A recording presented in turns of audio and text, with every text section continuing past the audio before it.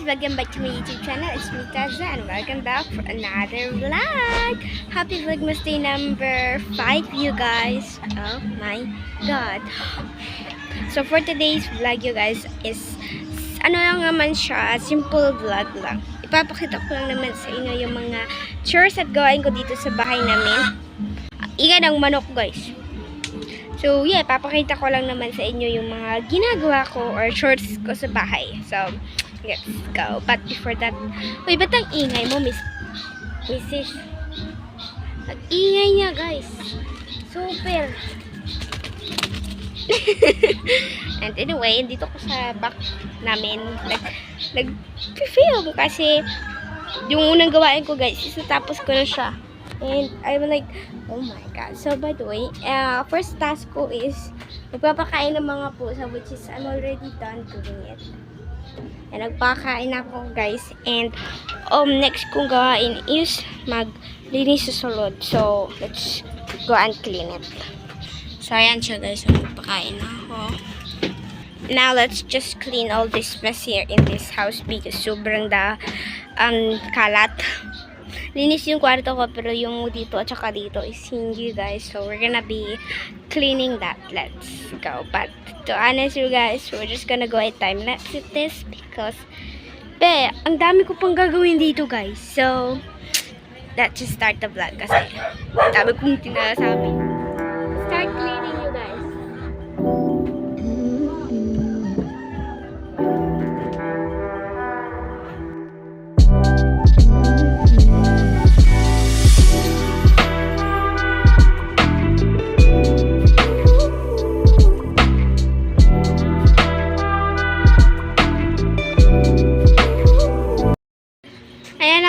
Ayan na po guys, tapos na din po ako sa paglilinis. As you can see, sobrang linis na nga ni. And yeah, and guys, you can't believe, ang cute naman tignan ng dust table ko, diba? But anyway, yeah, I am done cleaning. Malinis na po yung sulod namin and I'll go proceed for my next task, which is maglungag po ako ng kanin. So, let's go.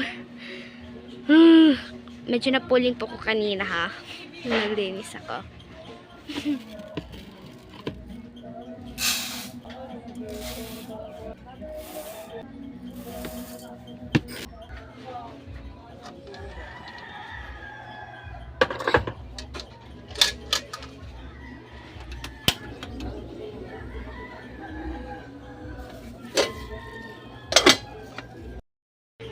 So, ayan na guys, nakakataka na po yung kanin dyan and we are now done to our task number 3 and now let's go for our task number 4 which is magwalis lang naman dun sa backyard tapos manghugas ng pinggan. Maybe that will be the last, yung hugas ng pinggan tapos we're okay na. Pwede na mag-laptop, pwede na magsapon and everything. So, let's just do it na. A few moments later.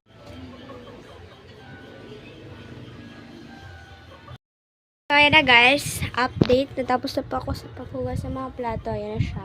And yeah, now will be, tapos guys, pagkatapos kong maghugas ng pinggan is naghahay lang po ako ng mga damit na nilabhan ng mama ko.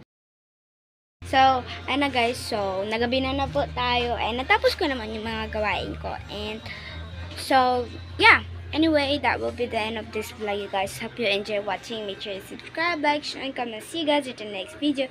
Happy Vlogmas Day number 5, you guys. Bye!